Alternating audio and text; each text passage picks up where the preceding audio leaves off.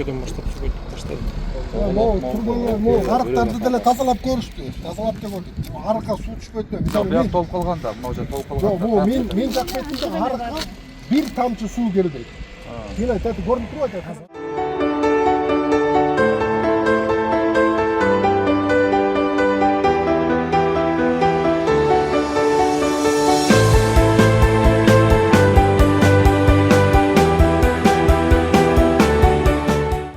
Былтыр менин коромдо бир машина көң агып кетти.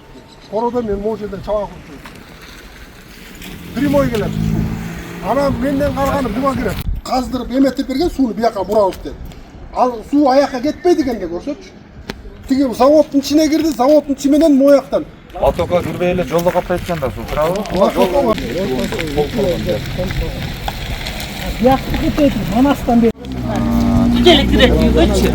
Биякка жол канал бар да. Биякта исик көчкүйдү экен салып.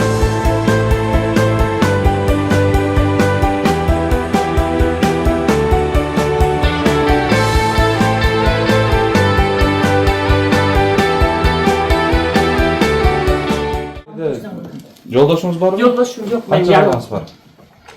4 балам бар. 4 бала. Улуусу канчадан? Улуусу өзүнчө бөлүнүп кеткен. Үйлөнүп, э? Ойлойм. Кичинекейчи.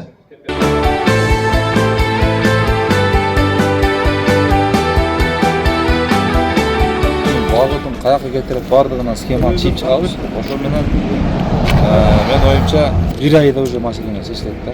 Чечилсе жакшылап келе. Мен чындыгында бийинки күндөрү уялганыма мэрияга барбай калгам.